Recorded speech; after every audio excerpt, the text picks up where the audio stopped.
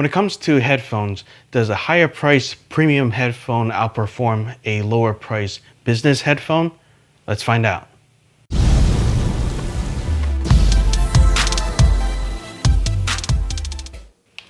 Before we continue, I do want to jump in here and say thank you to everyone who subscribed. We've officially hit 1,000 subscribers, so that is awesome. Thank you guys so much, and let's get back to the video. Today here on Lights and Buttons, we'll be comparing two different headsets. The one here on the left is the Sony WH-1000XM4, which is part of Sony's premium line of headsets. And then here on the right is the EPOS Adapt 360, which is made by Sennheiser, and this is part of their business line of headsets. So we have the business lines of headset versus more of a premium headset. Two different categories, two different price points. How do they compare? Before we get into the details, let me start by saying that comparing these two types of headsets is sort of like comparing the proverbial apples to oranges, but they do have some overlapping similarities. If you had asked me 10 to 15 years ago about comparing these headsets, I'd say that your typical business headset is one that's cheaper, probably mono, maybe stereo if they're better, and then they have just good enough earphones and a decent mic. Speaking of mics, I'd say the defining differences between the two lies in the microphone. So in summary, if money was not an issue and you had to pick between these two models, I say go for the Sony model if you're listening to primarily music and not really talking, but because the mic is much better on the EPOS one, use that one if you're in a lot of conference calls. Let's start with the Sony WH-1000XM4. In terms of comfort, there's a few things I judge a headphone by. First is how much heat buildup it has, right? So all of the over-the-ear headphone will eventually retain heat and then cause the side of your head or your ears to sweat. And in this case, it's not too bad, but of course, after a couple of hours of talking, heat does build up. So that's one factor to consider comparing that to, let's say, an earbud setup. Another thing is balance. How well does the headphone balance? Because I've had situations in the past where the headphones seem to be heavier in the back, and then as time goes by and I'm moving my head around, it kind of slips backwards and then eventually falls.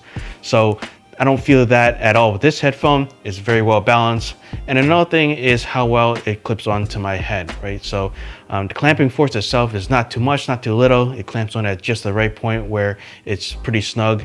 And then another thing is the padding. So the padding will help isolate the noise, but also you want this to be comfortable because it's pressing against your head. And so far with the size of the padding over here, I have no issues in terms of clearance for my ears. So I think overall for comfort for these Sony headphones, I'll give it 5 out of 5 stars. Now let's check out the Adapt 360 headphones. Right away, I noticed that the clamping force is much higher than the Sony's, so everyone's experience might be different. Maybe I just have a fat head or something, but it's borderline discomforting. And I don't know if that's due to, or partly due to the way that the ear paddings are shaped, because as you can see, the shape of the ear pads are in an oval and it's narrower than a Sony, so the ear pads might be pushing up against the ear, causing more pressure. Now, another thing that I noticed is that the Sony headphones have a thicker pad on the top of the headphone compared to the EPOS ones. And this might not matter as much because these two are relatively light headphones, but when you put this on, I don't really feel a whole lot of pressure on top. I feel more clamping force inwards actually. So overall, comfort wise, I'll give this a 3 out of 5 stars. Let's talk about reliability. I've used these both for hours at a time and haven't gotten disconnected from Bluetooth, so that's an easy answer, 5 out of 5 for both. Let's talk about the physical features of the headsets, starting with the Sonys. On the left side, there's a couple of buttons, one of them being a power button. There's also a 3.5mm jack that you can listen to music if the headphone battery dies. You cannot use the mic with the 3.5mm jack, so that's something to be aware of. Over on the right side, there's a USB-C charging port. As a matter of fact, both the Sony and the EPOS headphones charge off of USB-C, which is awesome. There's also a touchpad that's on the right, so you can swipe or tap for different functions. And one thing I'll note here is that to adjust the volume, that's accomplished by swiping down or up to adjust the volume down or up. But even though it's intuitive, I feel like that's inconvenient because if you need to quickly adjust the volume, you can't accomplish that by swiping down pretty quickly. It limits you to a certain speed, and if, let's say, a loud song comes through and you want to quickly turn on the volume, I think that's better accomplished by using a knob. So it would have been better if Sony had designed it that way. Going back over to the left side, there's also a wear sensor, which is interesting, so that if you're taking off your headphones while you're playing music or watching a movie, it can pause that for you. And if you don't want that turned on, you can always turn that feature off via the app. You can adjust the headphones, of course, like this. But if you're storing your headphones, you can lay the headphone flat by twisting the earpieces, and this will sit flush on the table, which is nice. Another thing is that if you're storing it, you can actually bend the headset in, and by folding it in, it has a little bit of a smaller footprint, so you can store your headphones this way. So I think mostly the design is very good, other than the volume issue that I mentioned. So I'd give the physical features rating for the Sony's 4 out of 5 stars. Jumping over to the EPOS Adapt 360s, what's interesting about the design is that all the buttons are located on the right side, and they're physical buttons. They're not any type of touchpad or anything that you need to interact with. One practical difference in functionality I've noticed between the two headsets was checking the power level. I couldn't find a way to do this while looking at the user guide for the Adapt 360 other than just plugging in the USB-C cable and looking at the LED color. On the WH-1000XM4, you can press the power button once while it's on, and a voice will tell you the remaining battery power.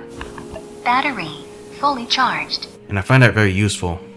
If you're, listening to music, there's nothing on the left side where you can control. You're relying on everything on the right to, adjust the volume, which is nice in terms of the button itself, right? There's a rocker that will allow you to adjust the volume, unlike the swiping motion that you need on the Sonys. There's also, of course, the USB-C that the port that allows you to charge the headphone. There's also a headphone jack, but this is not a standard headphone jack. It seems to be like a 2.5mm TRRS connection to a 3.5mm TRS connection. And for some reason, I couldn't get this to work properly. The audio quality is just very, very poor. The mids are pretty much gone. It's very difficult to hear voices at all. As a matter of fact, my $10 headphones run circles around this when you're using the wired connection. But it's a different story for the Bluetooth connection, but I just don't understand why I couldn't get the wired connection to work. Maybe I did something wrong there. But again, all the physical buttons are here. The headphones don't lay flat. You can't twist them beyond a certain angle, but they do fold in. So if you wanted them to be in a more compact footprint, this is also an option. So that being said, I think because of the audio quality issues that the wired connection is not really usable, I'm kind of tempted to give this a 3 out of 5 stars. But if you ignore that, I think I would give this a 4 out of 5 stars because of the buttons, but not necessarily a perfect layout, but maybe in some ways better than the Sonys. And let's talk about audio quality. When listening to music, both of these generally perform well. When I was doing this side by side, listening on the WH-1000XM4, I think this is a notch ahead of the Adapt 360s. I think the sound quality is better in terms of listening to music with voices in it, or watching like an action movies where there's like low rumbles.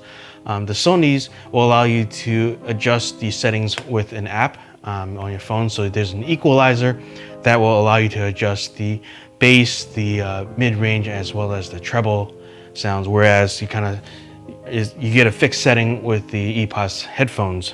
So the bass is okay, but not super good on the low end, whereas I think you get more of the rumbles with the Sony headsets. Voices both come clear, and I think on the EPOS headsets you might get a little bit of a natural boost in the mid-ranges compared to the Sony. I think for the Sony, it sounds clearer or more natural in terms of the audio. Now, obviously, I can't demonstrate this to you unless you're listening to these headphones yourself, so that's something to consider. For the Sony WH-1000XM4, I'll give it a 5 out of 5 stars for listening to music and movies. For the EPOS Adapt 360s, I'll give it a 4 out of 5 stars for the music and movies rating. How does the active noise cancellation perform when you're listening to music or watching a movie? Well, as much as I want to demo this to you, I can't really do that over YouTube, but I'll try to simulate what I've heard through the headsets.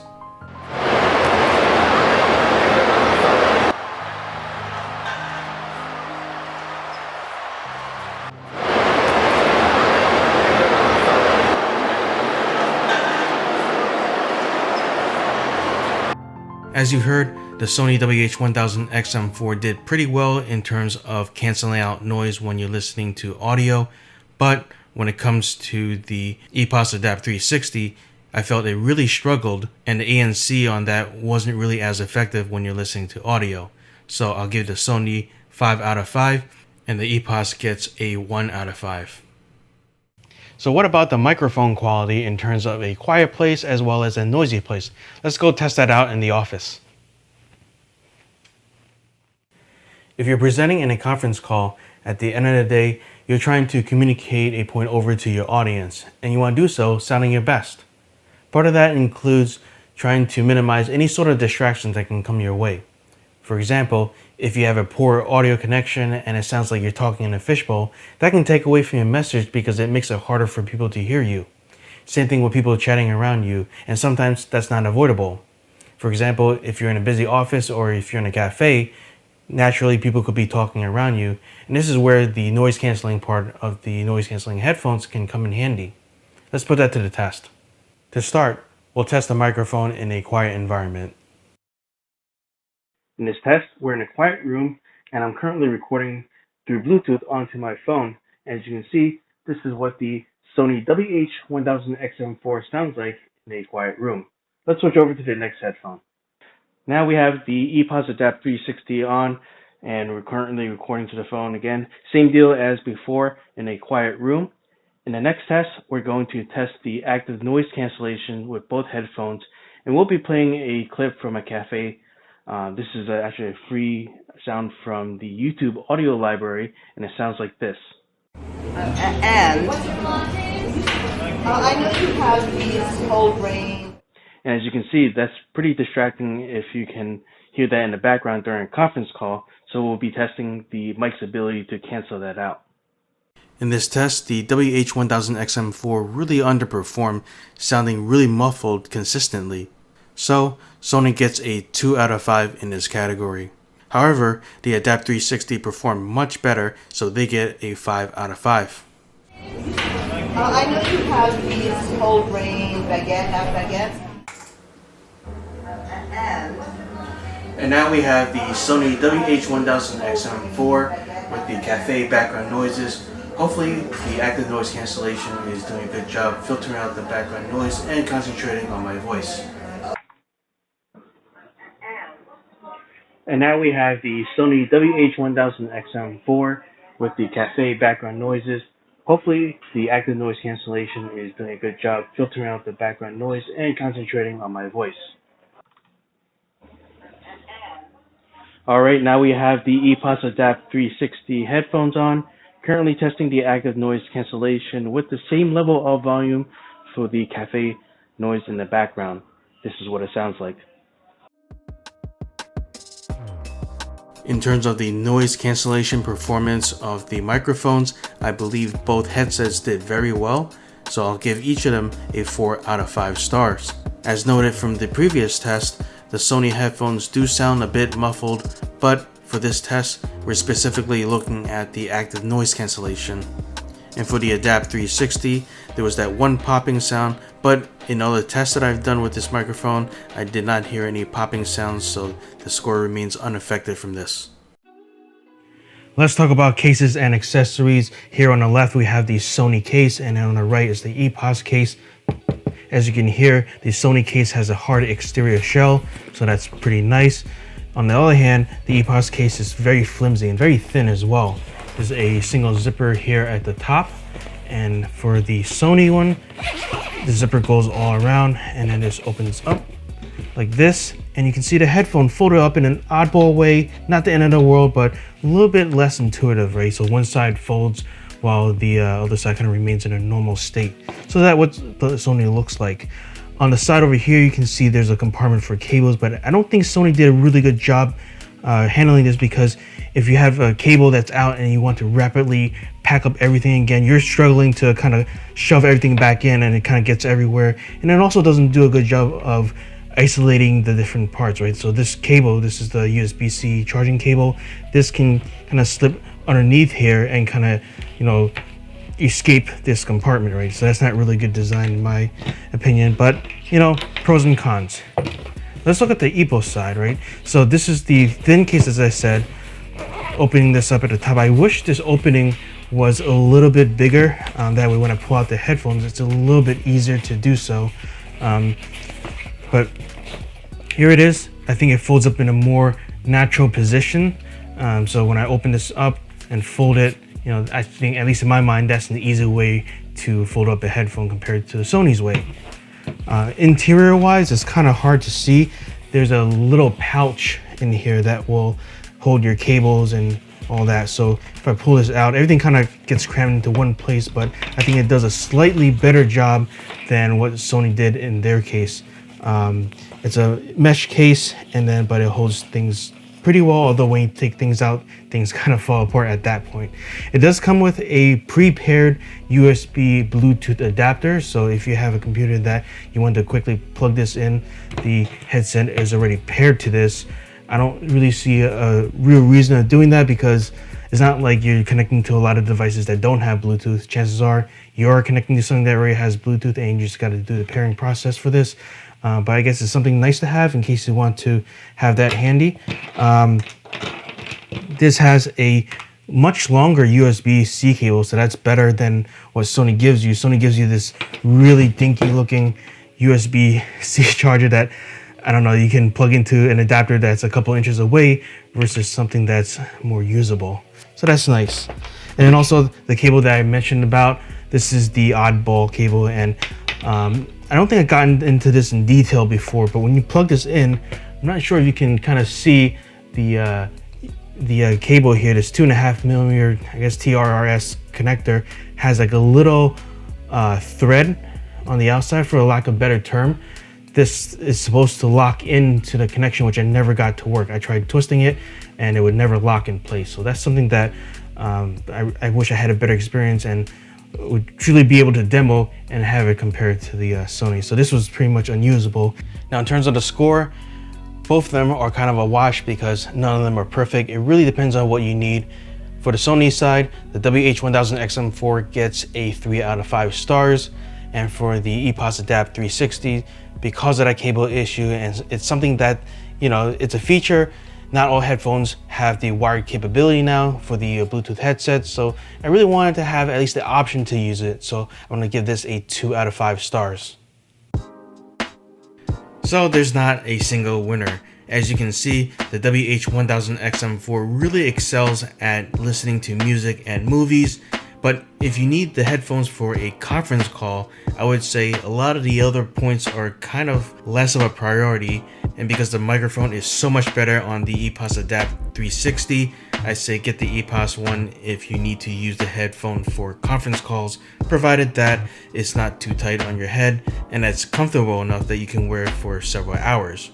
Now after all this, I do have one more remark, and that is I wish I had a Bose active noise cancelling headset to compare with, because some of the models will directly compare against the Sony ones, but in some reviews I've heard that they have a great audio listening experience as well as a great microphone. So that actually might help beat out some of the competition here. And that's all for today's video. Don't forget to like, share, and subscribe as always, and I'll see you in the next video.